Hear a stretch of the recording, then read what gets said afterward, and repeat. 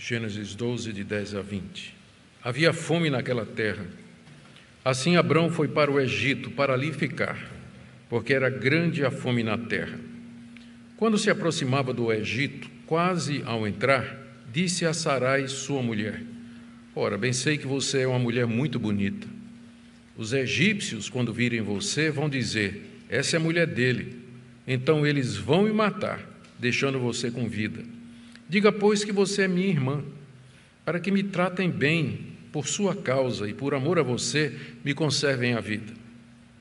Tendo Abrão entrado no Egito, os egípcios viram que a mulher era de fato muito bonita. Os príncipes de Faraó a viram e foram elogiá-la diante de Faraó. E a mulher foi levada para a casa de Faraó. Este, por causa dela, tratou bem Abrão, o qual veio a ter ovelhas, bois, jumentos, escravos e escravas, jumentas e camelos. Porém, o Senhor puniu Faraó e a sua casa com grandes pragas, por causa de Sarai, mulher de Abrão. Faraó chamou Abrão e lhe disse: O que é isso que você fez comigo? Por que não me disse que ela era sua mulher? E por que me disse que ela era sua irmã? Foi por isso que a tomei para ser minha mulher. Agora, pois, aqui está a sua mulher. Tome-a e vá embora daqui. E Faraó deu ordens aos seus servos a respeito de Abrão, e eles o acompanharam, a ele, a sua mulher e a tudo o que possuía. Até aqui a leitura da palavra de Deus, irmãos. Vamos orar mais uma vez, pedindo que o nosso Deus nos ilumine na compreensão da sua palavra. Ó Deus, tenha misericórdia de nós.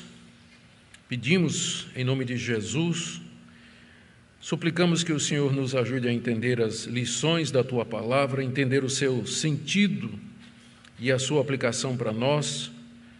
Nós oramos, ó Deus, que o Teu Espírito Santo ilumine os olhos do nosso entendimento. Nós queremos entender a Tua vontade, queremos ouvir a Tua voz através da Escritura inspirada. Tu sabes a situação de cada pessoa que está aqui nessa noite, de todos aqueles que estão acompanhando a exposição da Tua palavra através da internet, e nós pedimos que Tu faças a Tua palavra prosperar para aquilo que o Senhor enviou. É o que pedimos em nome de Jesus. Amém.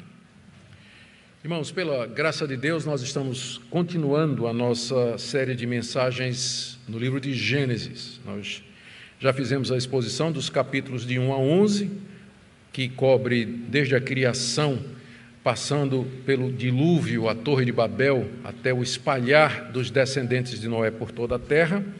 E agora nosso alvo é expor Gênesis capítulo 12 até 25, capítulo 25, onde nós temos a história de Abraão, chamado pai da fé, o pai da nação de Israel. Na mensagem anterior, na primeira parte do capítulo 12 de Gênesis, nós vimos como Deus chamou Abrão, lá em Ur dos Caldeus. Ele saiu, juntamente com toda a família do seu pai, estacionou em Harã. De lá, então, ele desce até a terra de Canaã, em obediência às promessas que Deus havia feito a ele, a ordem que Deus deu e também as promessas de que ele seria uma grande nação, que seria abençoado, que Deus haveria de protegê-lo, e que nele todas as famílias da terra seriam benditas. Lemos como Abrão chegou em Canaã e do norte a sul percorreu aquela terra, construindo altares onde quer que ele armasse a sua tenda, expressando assim a sua confiança de que aquela terra era sua, era a terra que Deus lhe havia dado e que era uma questão de tempo até que ele pudesse ter um filho e pudesse então se apossar de toda aquela terra. Mas as coisas não saíram exatamente como Abrão havia pensado, como também geralmente acontece conosco. Hoje nós veremos que aquele grande herói da fé era passível de falhas, e não poucas. Ele desce ao Egito, está aí no verso 10, usa de um estratagema para sobreviver ali, do verso 11 até o verso 13. Como resultado, a sua esposa é levada para a corte de Faraó, e Deus, então, tem que castigar o Faraó e repreender Abrão pelo que ele havia feito. A nossa oração é que o estudo dessa passagem traga lições preciosas para nós e que nós possamos aprender não somente com Abrão, que era o pai da fé, mas com Abrão, o crente fraco, o crente vulnerável que, num momento de provação, vacilou. Vamos, então, ver a primeira parte, onde Moisés nos escreve aí que Abrão desce ao Egito. Verso 10, havia fome naquela terra, assim Abrão foi para o Egito para ali ficar, porque era grande a fome na terra. Havia uma fome extrema, terrível, na terra de Canaã, mais ao sul, até onde Abrão havia descido, pela região do Neguebe, que é um deserto. Fomes eram muito comuns naquela época, causadas pela seca, praga de gafanhoto, pela guerra. E essas catástrofes, elas fazem parte da história da humanidade desde que Adão caiu lá no jardim e Deus disse: maldita é a terra por tua causa. Dessa forma, mesmo as terras mais aprazíveis têm os seus momentos de fome e necessidade.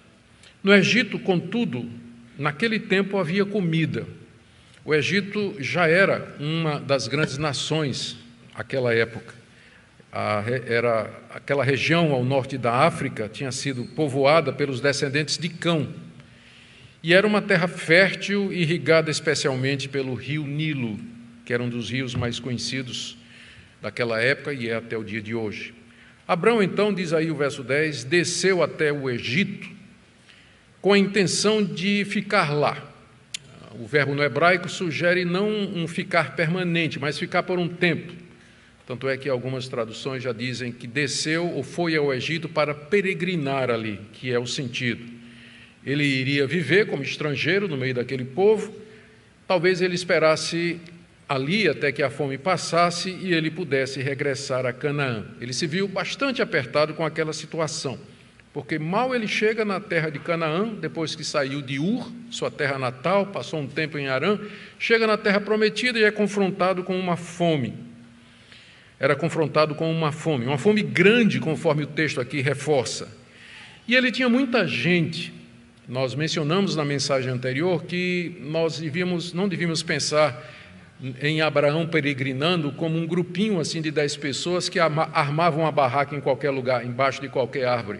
Nós estamos aqui falando de um clã, de uma tribo de mais ou menos 500 pessoas. Mais ou menos 500 pessoas. Então, tinha muita gente, tinha muito gado, a fome era extrema na terra e Abrão estava apertado. Ele também não podia esperar a ajuda dos cananeus, daqueles povos que moravam ali, que eram povos cruéis, eram povos violentos, e Abrão era um estrangeiro, era um viajante que estava passando ali, não esperava receber ajuda nenhuma. Então ele resolve descer para o Egito, que não era exatamente o que Deus tinha dito que ele fizesse. Deus o havia tirado da sua casa e tinha dito a ele que ele fosse para Canaã e que ele peregrinasse ali naquela terra. Deus havia prometido que o abençoaria, que o protegeria e que lhe daria aquela terra. E até então Deus havia cumprido isso. Abrão já tinha cruzado toda a terra, de norte a sul, a terra. Nós lemos na mensagem anterior, nós vimos que Moisés registrou que os cananeus já moravam ali, um povo hostil. Entretanto, Deus o havia guardado e Deus o havia preservado. Mas agora Abrão resolve tomar uma decisão que é baseada não na confiança em Deus, mas exatamente na falta de confiança em Deus. É bem verdade, nós temos que ser aqui justos com o nosso irmão Abrão, ele não voltou. Ele podia ter dito assim: rapaz, isso é uma furada que eu entrei. Saí da minha terra, onde eu tinha tudo, para vir para essa terra aqui, onde tem seca, onde tem fome. Ele não voltou. Isso nós temos que admitir. Mas também ele não deveria ter continuado rumo ao sul e entrado no Egito. Ele agiu ali por falta de confiança no Senhor e deveria ter ficado na terra onde ele já tinha, inclusive, construído vários altares. E não seria tentar a Deus, o que alguns podem dizer: mas o que é que você queria que Abrão fizesse? Havia fome na terra, ali no Egito tinha mantimento. Então, de repente, ficar na terra, quando mais embaixo um pouquinho você tinha o que comer, não seria tentar a Deus? Tentar a Deus é quando a gente deixa de usar determinados recursos, sem ter de Deus a promessa e a direção que Ele haverá de nos suprir de forma sobrenatural. O certo era Abrão ter ficado na terra. É verdade que no Egito tinha comida, Mas Deus tinha dito a Abrão: você vai para aquela terra é sua, eu vou abençoar você, eu vou proteger você. E onde você chegar, você vai fazer um altar para mim. Era importante a presença de Abrão em Canaã. Aquele era um momento de teste da fé do patriarca. E ele, o pai da fé, vacilou. O caminho mais fácil, o caminho da fé nem sempre é o caminho mais fácil. O caminho mais fácil é esse: olha, mas ali tem comida. Nessa terra tem oportunidades, nessa terra tem sustento. Precisaria de fé para ficar em Canaã. E não era uma fé vazia, não era um salto no escuro, não era tentar a Deus, porque Deus tinha dado ordens e Deus tinha dado promessas bem específicas para Abrão. E aí então ele age de maneira carnal, age de maneira pragmática, não é? E ele então avança mais para o sul do Negueb e se aproxima da fronteira do Egito. E naturalmente um erro leva a outro. Aqui no verso 11 até o 13, nós lemos do estratagema que Abrão adotou para sobreviver aos perigos que ele imaginava que encontraria no Egito. Para a gente entender melhor por que Abrão adotou essa estratégia, é preciso saber algumas coisas. Primeira delas, embora Sarai, sua mulher, não era mais tão jovem, contudo, ainda era uma mulher de rara beleza. Ela devia ter uns 65 anos nessa época, o que não era muito naquele tempo, quando as pessoas ainda viviam facilmente para além dos 100 anos de idade. Segundo, Sarai nunca teve filhos, o que ajudava, de alguma forma, a que ela permanecesse com seu vigor e com a sua beleza. A gente sabe como ter filhos e filhos acaba sendo penoso, né? Tem um pedágio que é cobrado na beleza da mulher, ou nas forças da mulher, quanto mais filhos ela tem. Sarai não tinha filhos. E era uma mulher muito bonita. Segunda coisa que nós temos que levar em consideração é que, de fato, ela era meia-irmã de Abrão. Ela era meia-irmã de Abrão. Eles eram irmãos por parte de pai somente. Eles eram filhos de Tera, mas com diferentes esposas. Lembremos que a poligamia, infelizmente, havia até mesmo na descendência de Sem naquela época. Então, quando ele vai dizer mais adiante que ela é minha irmã, não é uma mentira completa, mas também não é a verdade toda. Era uma meia-verdade que, segundo alguns, significa uma mentira completa, né? Mas Sarai era irmã dele por parte de pai.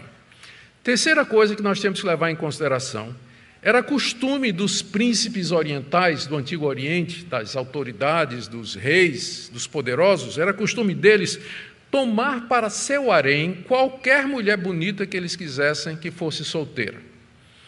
E isso ninguém questionava. Podia não gostar, naturalmente, né? Que pai queria ver sua filha arrastada assim por uma decisão monocrática do soberano daquela terra, né? O que irmão gostaria de ver isso acontecer com sua irmã? Mas era o costume da terra, era assim que funcionava na cultura do Antigo Oriente. Quarta coisa que nós precisamos lembrar é que fazia parte da moralidade da época, inclusive no Egito, que era errado o rei fazer isso com a mulher casada. Ele podia tomar qualquer mulher solteira que ele quisesse, mas ele não podia fazer isso com a mulher casada. Por quê? Porque o adultério era visto como um crime muito grave, mais do que assassinato, numa sociedade que era baseada na família, que era a sociedade do Antigo Oriente. Então, você trazer uma mulher casada seria inserir uma semente estranha na sua descendência. Você não somente estava destruindo um casamento, mas toda uma geração. Então, o adultério era visto como um crime muito mais grave do que o assassinato, porque assassinando você matava uma pessoa só, mas adulterando e trazendo semente estranha para a sua descendência, você arruinaria gerações completamente. E, quinto lugar, por isso, havia o risco de que, quando a mulher era bonita, o rei acabava com o impedimento matando o marido. Já que não podia cometer adultério, qual é a melhor solução? Torna ela viúva. E aí não tem mais adultério. E havia esse risco e essa prática, e Abrão estava consciente de todas estas coisas. Com tudo isso em vista, Abrão, desde que saiu de Ur dos Caldeus, ele chamou a sua mulher e disse: vamos combinar uma coisa aqui.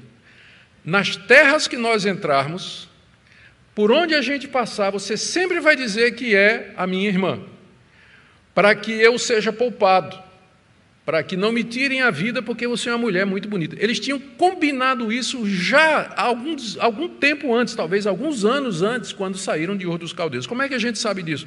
Porque quando Abraão fez isso de novo, e ele vai fazer isso de novo no capítulo 20, Moisés registra que ele disse ao rei Abimeleque, que tinha tomado a mulher dele, ele disse o seguinte, estou lendo aqui Gênesis 20, de 12 a 13, ela de fato é minha irmã por parte de pai, embora não por parte de mãe, e veio a ser a minha mulher. Quando Deus me fez sair da casa de meu pai para andar errante por aí, eu disse a ela, este é o favor que você me fará. Em todo lugar para onde formos, você dirá que eu sou o seu irmão. Então, conhecedor do costume da época, conhecedor da sociedade, desde que Deus disse, Abrão, sai da tua terra e da tua parentela, ele chamou Sarai e disse, olha, nós vamos começar agora uma viagem, a gente não sabe para onde vai, vamos passar por muita terra estranha, mas eu vou te pedir um favor, onde a gente chegar, tu diz que é minha irmã. Para que, então, eu não seja morto por tua causa e para que eu possa ser preservado em vida. E foi exatamente o que ele propôs a Sarai quando eles estavam chegando ali na fronteira do Egito, diz aí o verso 11. Voltando agora para o capítulo 12, quando se aproximava do Egito, quase ao entrar ali na fronteira, ele disse a Sarai, sua mulher. E aí ele faz, então, essa proposta que nós vamos ver em mais detalhes. Tudo indica que, a essa altura, já havia uma dinastia no Egito, já por muitos anos, e que a sede era ali no delta do rio Nilo, bem na entrada de quem vem do norte. Então, Abrão, para entrar no Egito, ele tinha que passar exatamente pela capital, pela sede, onde o faraó tinha o seu palácio, a sua casa e a sua corte. Sabendo disso, Abrão, então, argumenta com sua mulher da seguinte maneira, no verso 11. Ora, primeiro, bem sei que você é uma mulher muito bonita. Ele estava consciente de que, de fato, ela era uma mulher formosa. Segundo, agora no verso 12, os egípcios, quando virem você, vão dizer, essa é a mulher dele, então eles vão me matar, deixando você com vida. O argumento de Abrão é esse, não é justo, você vai escapar e eu vou morrer. Pensa no egoísmo, né? Vão me matar e vão deixar você vivo. Talvez ele queria dizer assim, e vão abusar de você. Vamos ser justos com o nosso irmão Abrão. Não vamos imputar a ele alguma coisa que talvez ele não tenha pensado, porque parece egoísmo, não parece? Mas vamos dar o benefício do amor aqui a Abrão. O que ele disse assim, você vai ser poupada e vão abusar de você. Era melhor até você morrer mesmo do que ficar na mão desse faraó aí, sabe-se lá o que é que ele vai fazer com você. E por isso, verso 13, Abrão diz assim, diga, pois, que você é minha irmã, que era o que eles tinham combinado anos antes, que haveriam de fazer. E quais os motivos de Abrão para pedir isso? Para que os egípcios poupassem a vida dele e também para que os egípcios o tratassem bem, verso 13, para que me tratem bem por sua causa e por amor a você me conservem a vida. Irmãos, nós ficamos aqui corados de vergonha com nosso irmão Abrão. Veja que o próprio texto destaca o erro de Abrão, quando já no verso 11, Moisés escreveu assim, quando se aproximava do Egito, quase ao entrar, disse a Sarai, sua mulher, diga que você é minha irmã. Então, o próprio texto já expõe a falácia, o estratagema falacioso que Abrão estava ali imaginando. Ele queria passar a falsa impressão de que Sarai não era nada mais do que sua irmã. É isso que ele queria. E as intenções, aparentemente, não eram totalmente corretas. Mais uma vez, por um lado, a gente precisa ser caridoso com o irmão Abrão. Estava certo ele querer salvar a sua vida, afinal, Deus o havia escolhido de entre tantos e fez a promessa de que nele seriam benditas todas as nações da terra. Ele sabia que a vida dele era preciosa, ele sabia que ele era o portador da promessa, ele sabia disso.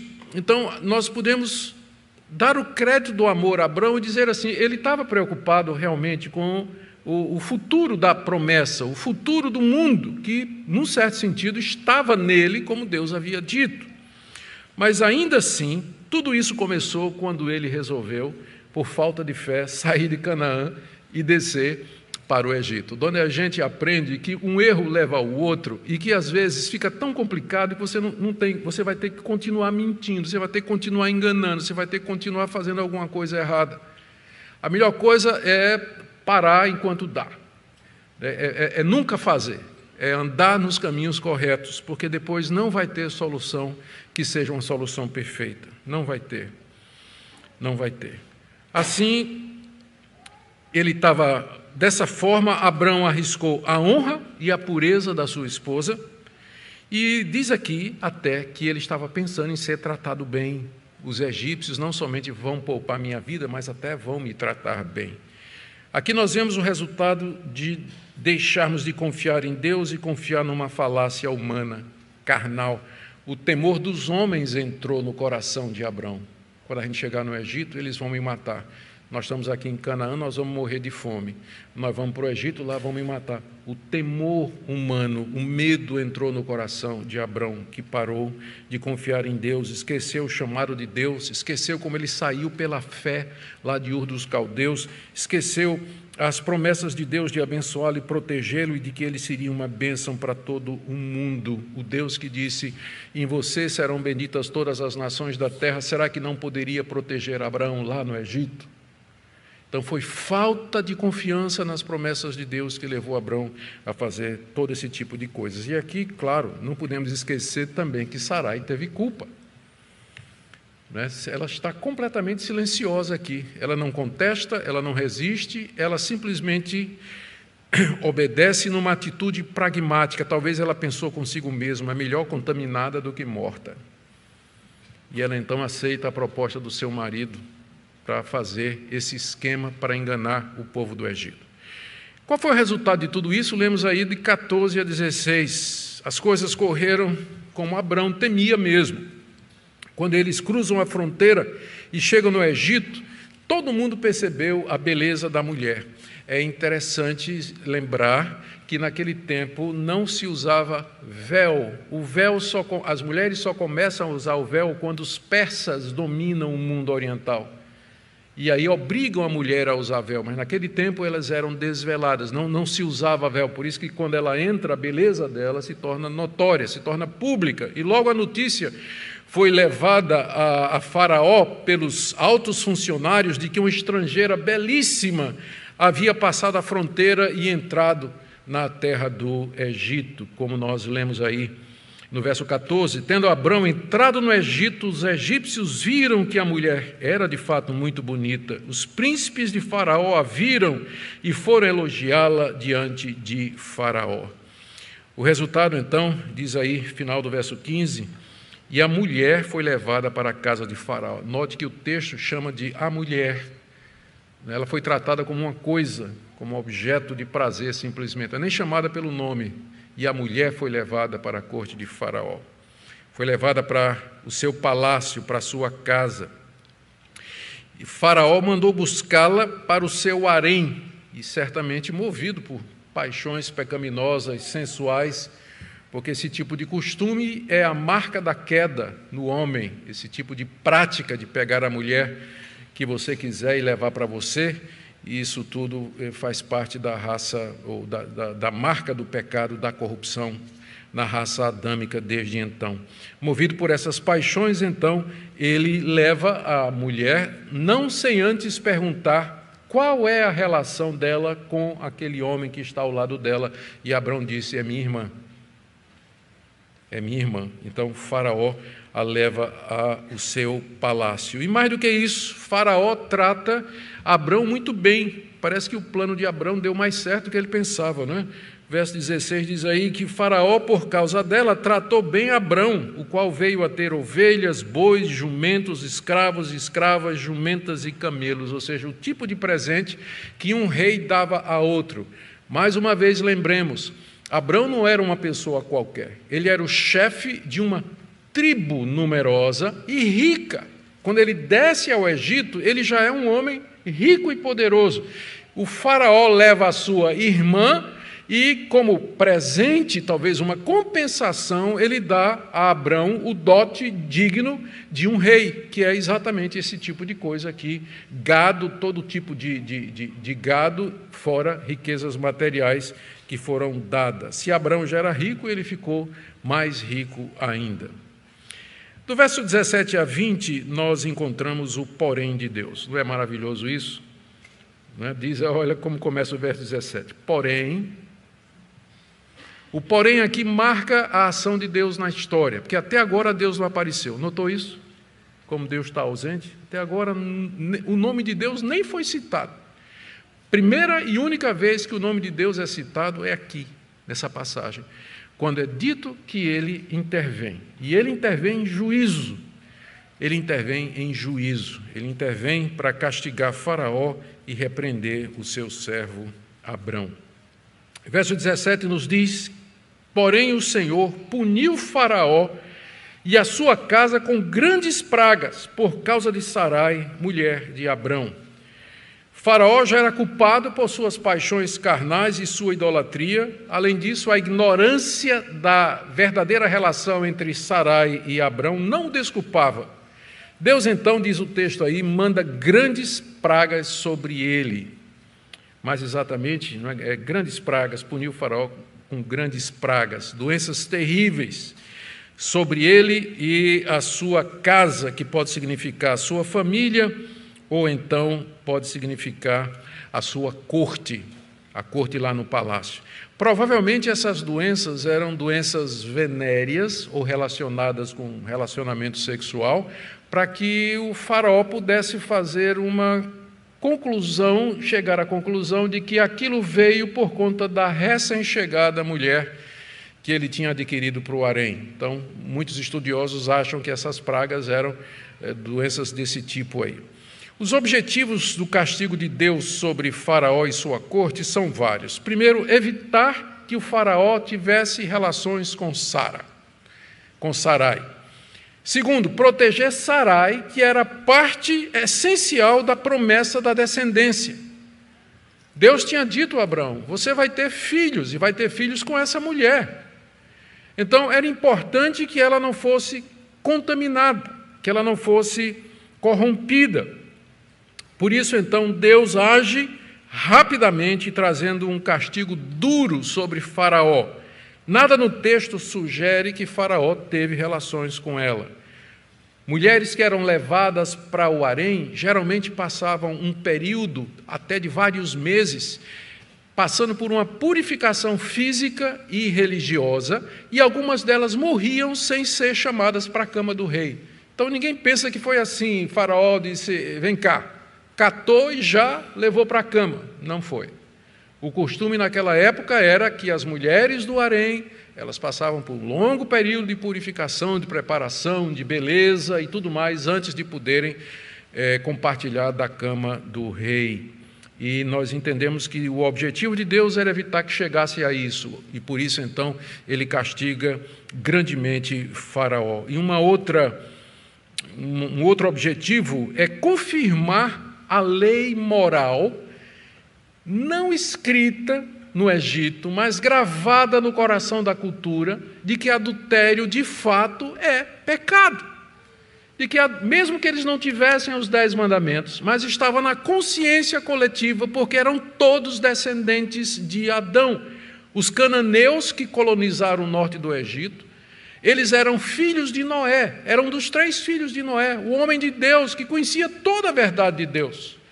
Então, havia resquícios da verdade, da ética que Deus havia revelado durante séculos aos setitas, os descendentes de Sete, aquela linhagem bendita que nós vimos na primeira parte da exposição de Gênesis. Então, havia um resto de consciência moral. E Deus, ao castigar Faraó por tomar uma mulher casada, ele confirma isso, de que ele não vai admitir, que ele considera sim o adultério como alguma coisa errada, a imoralidade, a promiscuidade. E em seguida, depois de castigar Faraó, Deus repreende seu servo Abrão através de Faraó. De alguma forma, Faraó veio a descobrir que a causa daquelas doenças súbitas era aquela estrangeira que ele havia acabado de adicionar ao harém. Como nós dissemos, ele pode ter deduzido isso do tipo de doença que veio sobre sua família, ou Deus poderia tê-lo advertido num sonho, como mais tarde Deus vai fazer com Abimeleque, quando Abrão de novo faz esse estratagema. O fato é que Faraó descobriu, e provavelmente Sarai confirmou, que Abrão havia enganado quanto ao seu status com relação a Sarai. E ele certamente temeu por si mesmo, temeu pelo seu povo. Que Deus era esse, desse estrangeiro? Ele talvez já tivesse ouvido falar desse Deus, porque era o Deus dos antepassados dele, não é? tinha escutado desse Deus, e agora ali estava alguém que parecia ter um relacionamento próximo com esse Deus e que estava sendo protegido por esse Deus. E o faraó se enche de medo e chama Abrão. E ele repreende Abrão como mentiroso. Note as 3 perguntas que ele faz aqui no verso 18. O que é que você fez comigo? Por que é que você não me disse que ela era sua mulher? Por que é que você disse que ela era sua irmã? E se justifica: eu não sabia que ela era sua esposa, por isso a tomei. E então ele devolve Sarai a Abraão, está aí no verso 19, final: aqui está a sua mulher, tome-a e vá embora daqui, e manda Abrão retirar-se do Egito. E usa de misericórdia com Abrão, muito mais movido pelo medo do que por bondade, porque manda uma escolta para levar Abrão de volta para a fronteira. A gente não sabe quanto tempo Abrão passou ali, não é? Mas ele agora tem que voltar murchinho, né? Pelo mesmo caminho por onde ele veio. Deus disse: volte. Se você saiu de Canaã sem motivo nenhum, mas agora eu estou lhe mandando de volta para lá. E aí ele vai escoltado da terra do Egito até a fronteira, onde ele tem que voltar para lá. Faraó usa de misericórdia para evitar que eles fossem agredidos, para evitar que alguém tomasse a mulher dele, ou ainda que os egípcios, movidos de inveja, tomassem os bens de Abrão. De qualquer forma, a gente vai falar um pouco sobre a misericórdia de Deus no final. E assim, através de Faraó, Deus repreendeu e castigou seu servo infiel. Gente, não tem coisa pior do que você ser repreendido por um ímpio. O crente ser repreendido por um descrente. Como Jonas, lá no barco, causador de toda aquela tempestade, e os marinheiros fenícios, sabedores de que ele era o responsável, repreende. Por que é que você fez isso? O que é que você fez? Muito semelhante. Que humilhação para aquele que é chamado pai da fé, o herdeiro das promessas. Foi repreendido por um ímpio, pelo rei do povo que um dia escravizaria os seus descendentes por 430 anos. E Deus levanta esse homem ímpio para repreender o seu servo. E Deus o obriga a voltar pelo caminho pelo qual viera e de onde nunca deveria ter saído. E assim Abrão mancha seu nome e mancha a sua reputação até o dia de hoje. Impressionante como no mesmo capítulo você encontra, na primeira parte do capítulo, Abrão, o pai da fé, que toma a decisão de fé de sair de Ur dos Caldeus e ir para uma terra que Deus lhe mostraria, deixar seu pai, sua mãe, a sua terra natal, e ele sai sem saber para onde ia. Ele é elogiado no livro de Hebreus, capítulo 11, como um dos heróis da fé por ter feito isso, para logo depois nos dar esse exemplo de falta de confiança, de falta de fé verdadeira nesse Deus. O que é que Moisés quis ensinar com esse trecho do livro de Gênesis aos israelitas, a quem ele certamente destinou esses escritos? E o que é que nós podemos aprender?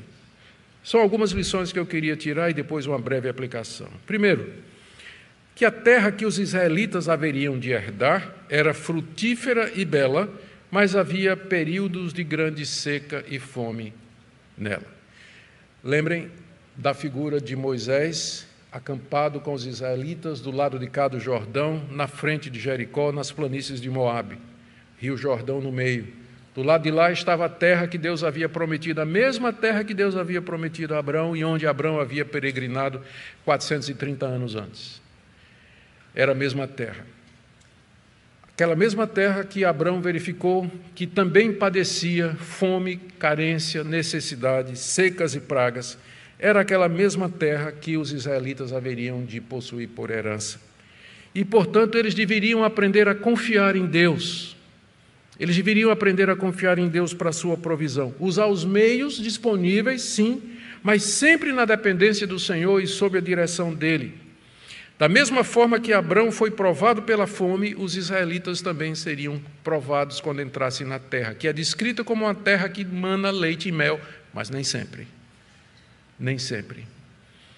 Igualmente, queridos, nós hoje, nós somos testados por Deus de muitas formas. A atual pandemia representa um teste muito semelhante em diversas áreas. Primeiro, com relação às nossas finanças. De onde virá o nosso sustento? De onde virá o necessário para a minha família? É uma provação com relação à nossa saúde. É uma provação com relação à nossa sobrevivência. É um teste com respeito à nossa fé, com respeito à nossa igreja, com respeito ao nosso culto. Eu sei que os irmãos têm percebido isso, mas é o padrão normal pelo qual Deus lida com o seu povo. Deus faz promessas, Deus introduz na terra prometida, e aquilo que a princípio poderia parecer uma coisa maravilhosa, de repente se torna um verdadeiro pesadelo e um teste da fé, como aconteceu com Abraão. Encontrou a fome pela proa, e logo depois o medo do que ia acontecer com ele no Egito. Da mesma forma, Deus nos prova, Ele nos testa aqui enquanto peregrinamos nesse mundo, enquanto caminhamos para a nossa Jerusalém celestial. Segunda lição, Moisés está mostrando aos filhos de Israel que Deus não aprova estratagemas e esquemas de sobrevivência que envolvam mentira e engano. Abraão agiu na carne, ao enganar Faraó e colocar sua esposa em perigo, tudo isso porque ele foi movido pelos temores humanos. O mesmo Deus de Abraão, que tinha castigado Faraó por conta da imoralidade passada e que pretendia fazer, e que repreendeu Abraão pelo seu esquema, é o mesmo Deus que tinha dado através de Moisés o mandamento: não darás falso testemunho, que foi exatamente o que Abraão fez. Ele deu um falso testemunho a respeito da sua mulher. É o mesmo Deus que deu essa lei a Israel e é o mesmo Deus que nos dá também essa lei. Ele igualmente deseja que nós sejamos retos, honestos, verdadeiros, mesmo em situações de crise, onde a saída mais fácil seja mediante esquemas enganosos. Nós não podemos ser pragmáticos, nós não somos movidos por resultado. O que é que vai dar certo? O que é que resolve o problema? Nós somos movidos por princípios. Nós somos guiados pela palavra de Deus. Nós somos crentes num Deus que tem uma vontade. Nós não somos daquele tipo que vamos fazer o que for o diabo para sobreviver. Ou vamos fazer qualquer coisa desde que eu possa sobreviver. Não, nós não somos pragmáticos nesse sentido. Nós somos movidos por crença. Nós somos guiados por aquilo que nós cremos. Terceiro ponto que Moisés poderia querer ensinar aqui aos israelitas é que a lei que Deus havia dado a eles há cerca de 40 anos, lembrem que eles tinham peregrinado durante 40 anos no deserto e agora estavam próximos de entrar na terra. A lei que Deus havia dado a eles lá no Sinai era a expressão escrita, 2 tábuas, com 10 mandamentos, era a expressão escrita da lei que Deus mesmo havia gravado na consciência e na mente de todas as pessoas, até mesmo entre os egípcios descendentes de Cão, que não tinham aquela revelação escrita. Eles sabiam que o adultério e o engano eram coisas erradas. Isso mostra, queridos, que não tem inocentes diante de Deus. Não tinha lei de Deus no Egito. Mas todo mundo sabia que adultério era errado e que enganar o seu próximo é errado. Mesmo nos povos mais distantes, mais rudes, mais escondidos da civilização e do cristianismo, você vai encontrar um código de ética. um código de moralidade, mesmo entre os povos mais bárbaros, as tribos mais selvagens escondidas no recôndito da mata amazônica, eles têm um código moral que reflete essa lei de Deus gravada no coração, que reflete o fato de que são todos feitos à imagem e semelhança de Deus e que são todos filhos de Adão. Por isso, esqueça aí o mito do selvagem inocente. Esqueça esse mito de que as pessoas que nunca ouviram falar de Deus, no dia do juízo, Deus vai mandar tudo para o céu. Não. Se elas não ouvirem o Evangelho de Cristo, o Evangelho da redenção, elas serão condenadas, não por aquilo que elas nunca ouviram, mas pelo próprio código que elas aceitam. Pelo próprio código que elas aceitam. E, portanto, como diz a palavra de Deus, eles são indesculpáveis diante de Deus. Romanos capítulo 1, a partir do verso 18. Quarta lição. Mesmo os mais fiéis servos do Altíssimo podem falhar e cair vergonhosamente em pecado. Aqui nós lemos como o pai da fé vacilou e desonrou a Deus em vários pontos. Igualmente, os israelitas deveriam vigiar o seu coração. Eles iam entrar numa terra ocupada por um povo imoral, à semelhança dos egípcios, um povo indecente, um povo cheio de ídolos que poderia corrompê-los e se afastar de Deus. Portanto, eles deveriam vigiar. E isso para nós traz 3 lições importantes aqui. Primeiro, eu não pude deixar de me impressionar mais uma vez com a honestidade da Bíblia. A honestidade da Bíblia em retratar as falhas daqueles que a Bíblia coloca como exemplo de fé em Jesus Cristo, no caminho da salvação. A honestidade da Bíblia em retratar o pecado de Abraão, o pecado de Moisés, o pecado de Davi. Se eu fosse criar uma religião, eu ia escrever um livro religioso onde os heróis, os exemplos e os paradigmas eram todos fiéis e tementes a Deus. Quem imaginaria criar uma religião onde o herói da fé faz atos vergonhosos como estes?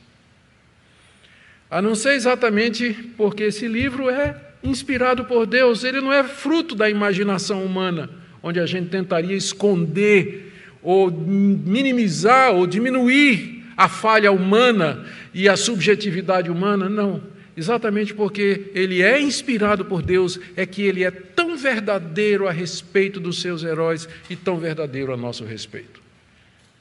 Segunda lição aqui, a necessidade de vigiarmos e orar. Irmão, nós estamos falando do pai da fé. Nós estamos falando desse homem que é colocado como exemplo para a igreja do que significa a redenção, a confiança verdadeira em Deus que traz a vida eterna.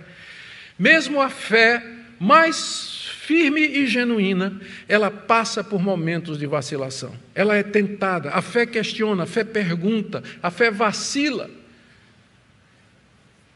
E ela, por vezes, passa pelo vale da sombra da morte e pelo caminho da vergonha, como é aqui. Por isso a Bíblia, do começo ao fim, o tempo todo, adverte aos servos de Deus: vigie e ore. Você que pensa estar em pé, cuidado para que você não caia. Cuidado para que você não caia. Mas eu não podia terminar sem mencionar aqui a misericórdia de Deus para com os seus servos. Deus havia prometido que protegeria Abrão, e de fato ele fez isso. Ele corrigiu Abrão quando Abrão caiu, mesmo que tenha sido através do rei ímpio, mas Deus teve misericórdia e foi lá e corrigiu Abrão. Ele protegeu Sarai naquela terra, apesar de tudo. Não permitiu que eles continuassem no Egito. Através de Faraó, ele corrige o rumo de Abrão na sua peregrinação e ainda permitiu que adquirisse bens. Esse é o nosso Deus. Deus compassivo, misericordioso, um Deus que tem misericórdia de nós, compaixão de nós, dos seus filhos, um Deus que conhece a nossa natureza, sabe o que há no coração dos filhos de Adão. É o Deus que viu a queda de Adão, é o Deus que viu o assassinato de Caim, que Caim cometeu contra seu irmão Abel, é o Deus que viu aquela geração antes do dilúvio, o Deus que viu os homens quererem construir uma torre para chegar até os céus. É o Deus que sabia o que havia no coração humano e que, portanto, agiu misericordiosamente. Eu termino aqui com uma palavra para você que está passando uma fase difícil e talvez esteja sendo tentado a resolver os seus problemas da maneira errada. Quem sabe seus negócios estão apertados e você é tentado a ser pragmático. Qual a melhor maneira de gastar menos, de pagar menos e de ganhar mais? E às vezes, pressionado pelas circunstâncias, pela fome da terra, você vai para o Egito. E quando você chegar lá, você vai descobrir que você vai ter que mentir mais. Você vai ter que fazer mais coisas erradas para continuar. Talvez você esteja sem emprego e de repente aparecem oportunidades, mas não tão lícitas. Talvez o seu casamento não vai muito bem e de repente aparece alguém e você é pragmático, todo mundo merece ser feliz. Quem não quer ser feliz? Então, minha palavra é essa aqui, essa mensagem dessa noite é para você, que está em Canaã, passando fome. E o Egito está ali acenando para você. Pense bem nas decisões que você vai tomar. Pense nas suas escolhas que você tem diante de você. Segunda palavra é para você que está firme pela graça de Deus. Você que tem, pela misericórdia de Deus, desfrutado tempos de refrigério, a vida espiritual vai bem. Cuidado, irmão. Tudo ia muito bem com Abraão também. O problema de quando tudo vai bem com a gente é que a gente relaxa. A gente se acostuma, a gente para de vigiar. E o tropeço está logo ali na esquina. Está logo ali na esquina. Não tem crente tão forte e tão firme que não possa tropeçar como o pai da fé fez. E talvez, aqui minha última palavra, é para você que já caiu. Você que tomou a decisão errada, você que seguiu a solução fácil, mas agora você está colhendo o fruto disso,